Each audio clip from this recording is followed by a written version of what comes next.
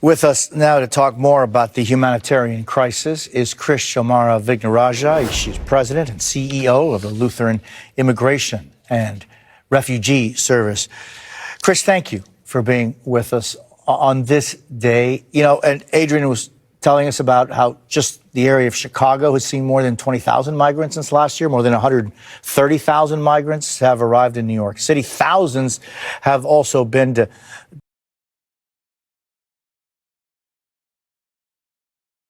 border just in the last couple of years. And I'm just wondering, Krish, what magnitude of crisis are we facing? And I'm wondering, where are the big players to help us?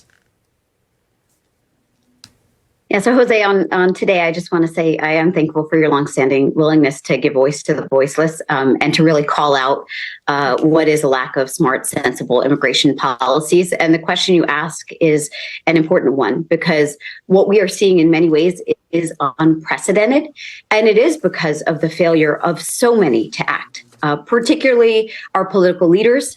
I mean, if we want to name names, the truth is that the Biden administration has not resurrected a humanitarian immigration system at a scale of what's necessary when we have 114 million that are displaced globally. Members of Congress have failed to act, and essentially what we've seen is the lack of immigration reform for over 3 decades.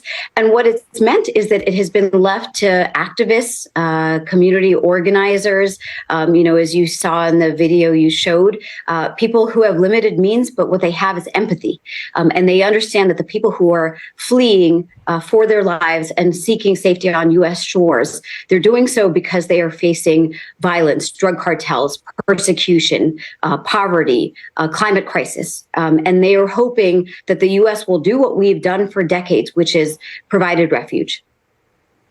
Yeah, and I'm just thinking, look at the extraordinary heart and soul of the people of Englewood, who have, many of them, their own, almost even food insecurity issues, and yet they're the ones going out and reaching out to those who have just arrived, looking for the opportunity to fulfill their American dream. I just wonder, Krish, how do we as a country help when maybe, yes, we're saying others aren't playing their part, but how can we help? And I'm just wondering, your organization and what you have done for so many years, how is it that more of us can help more of them?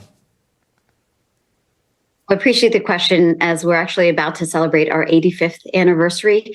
And it's not unique to us as an immigration organization. For many faith-based nonprofits like LIRS, this has been the work that private citizens have done before the government ever got involved, because we are largely a nation of immigrants. Obviously we're celebrating Thanksgiving today. And the reality is that unless you were part of the indigenous community or forced to come here through slavery, someone in your family made a decision to come to the U.S. And thank goodness for this, because immigration makes our country stronger.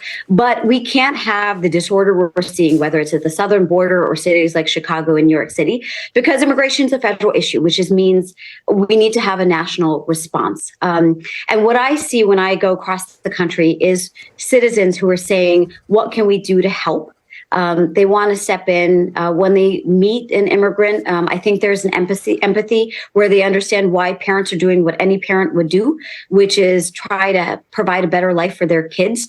But it is going to take a concerted effort. It's going to take business leaders saying, I want to help, because we have 9.6 million jobs that are unfilled and only 6 million unemployed Americans. It's going to take political leaders saying, we have the lowest birth rate since the census has tracked this issue. If we want to keep Medicare and Social Security afloat, we need to have immigrants. Our economic superpower status depends on it. And so I think that's an opportunity for us to be thoughtful today. Krish O'Mara Vignarajah, on this day of thanking, I want to thank you for so many things. Appreciate your time.